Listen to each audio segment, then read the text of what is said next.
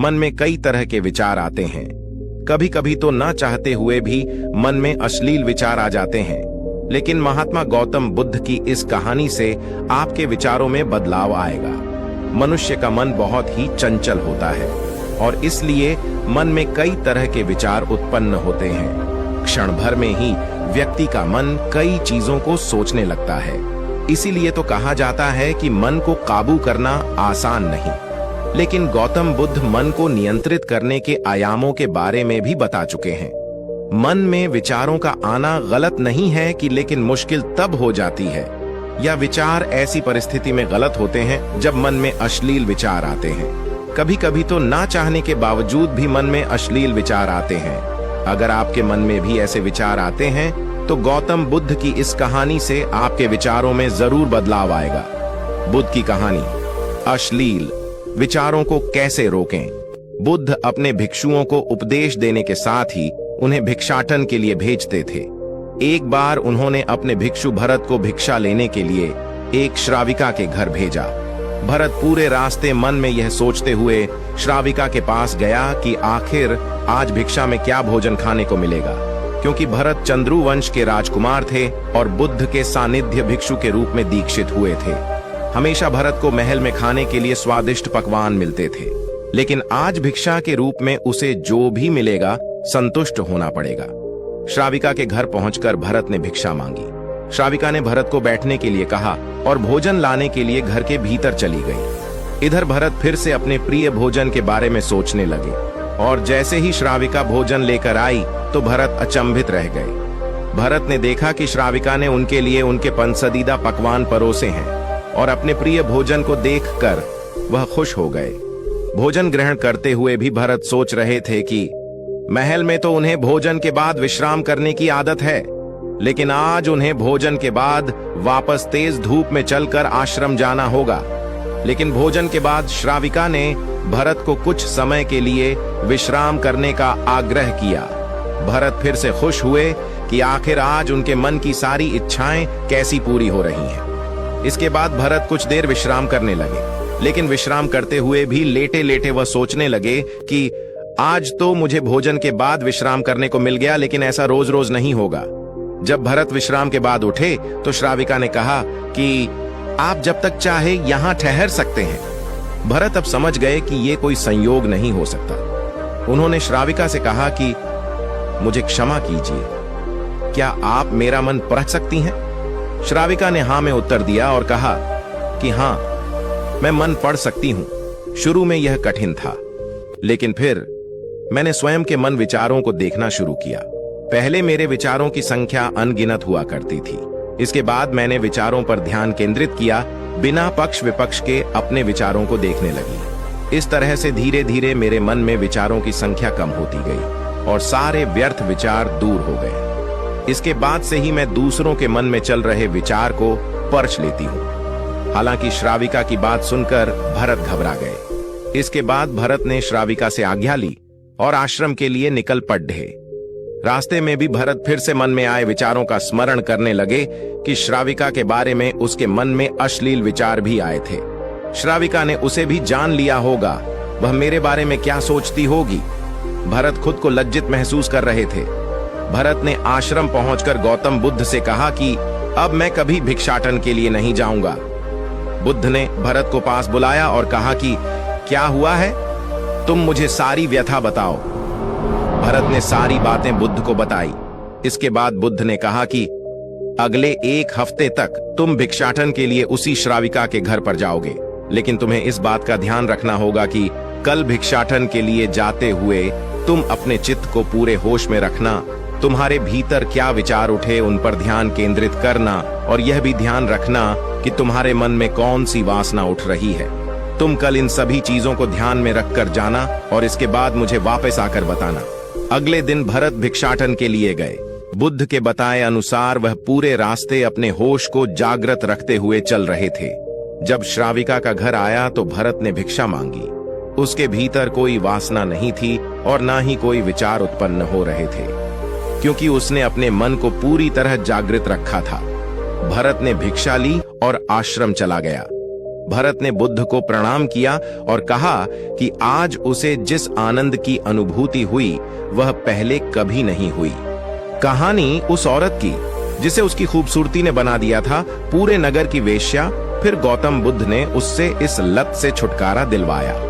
दरअसल ये एक ऐसी स्त्री की वर्षों पुरानी कहानी है जब उसका सौंदर्य ही उसका सबसे बद्धा शत्रु बन गया और उसे अपनी अस्मिता समाज में अपनी सौंदर्य के कारण गंवानी पड़ रही और वह मात्र एक नहीं वरन पूरे राज्य के भोग की वस्तु बन गई। इतिहास में इन्हें आम्रपाली के नाम से जाना जाता है, लेकिन इनका एक नाम अम्बपाली या अम्बपालिका भी है। आम्रपाली बेहद खूबसूरत थी और कहते हैं जो भी उसे एक बार देख लेता वह उस पर मुग्ध हो जाता था।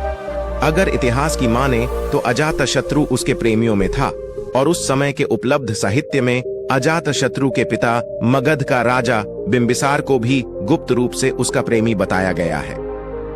बिंबिसार का उससे एक पुत्र होना भी बताया जाता है।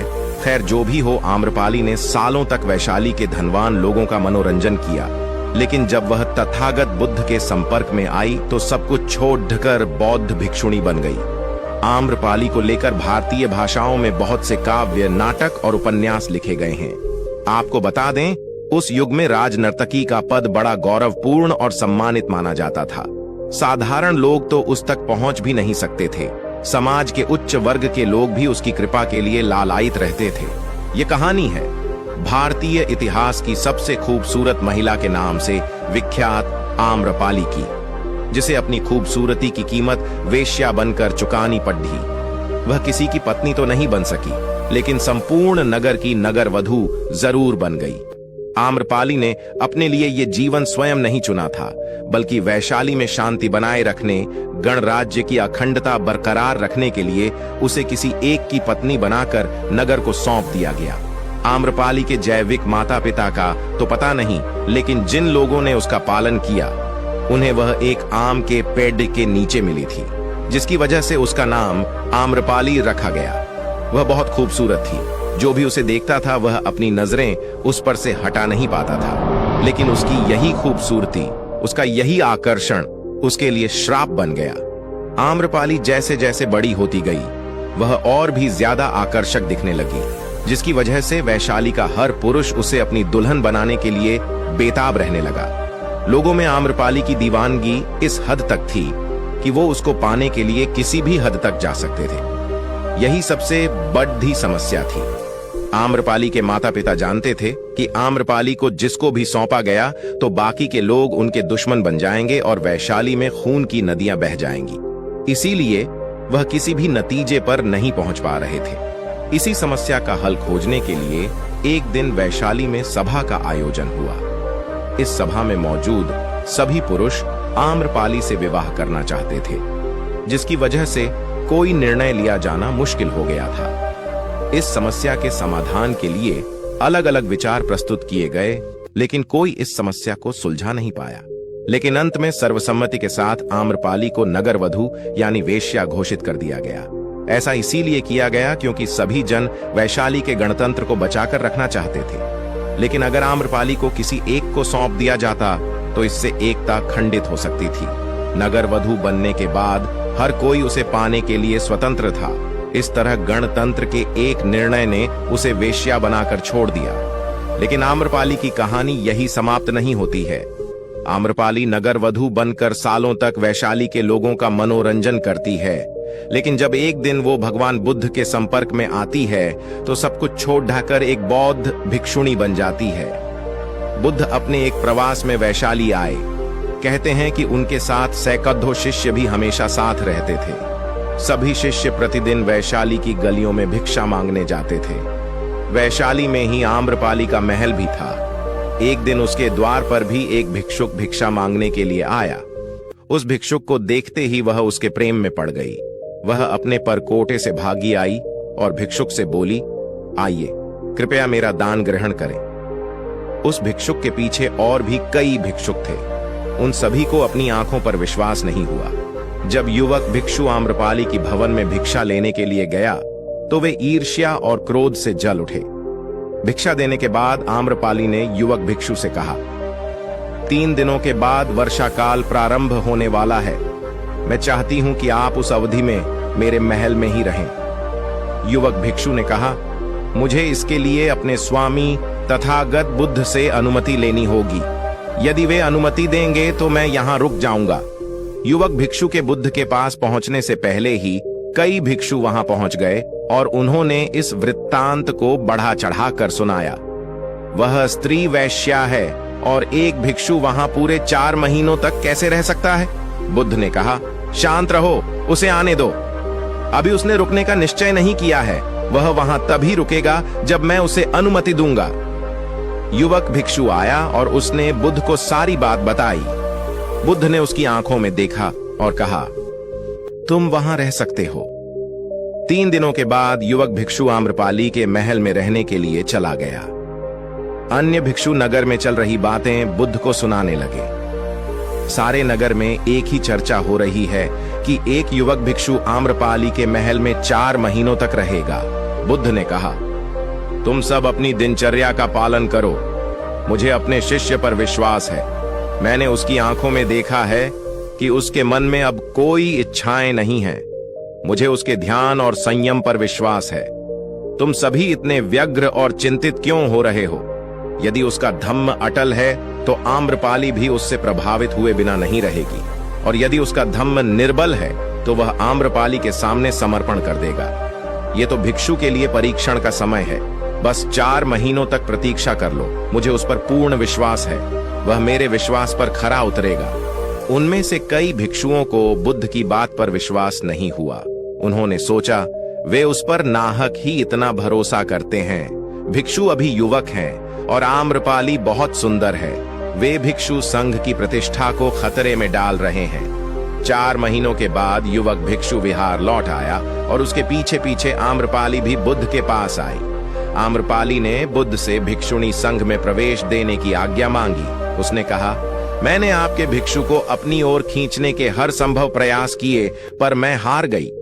उसके आचरण ने मुझे यह मानने पर विवश कर दिया कि आपके चरणों में ही सत्य और मुक्ति का मार्ग है। मैं अपनी समस्त संपदा भिक्षु संघ के लिए दान में देती हूँ। आम्रपाली के महल और उपवनों को चातुर्मास में सभी भिक्षुओं के रहने के लिए उपयोग में लिया जाने लगा। आगे चलकर वह बुद्ध के संघ में सबसे प्रतिष्ठित भिक्षुणियों में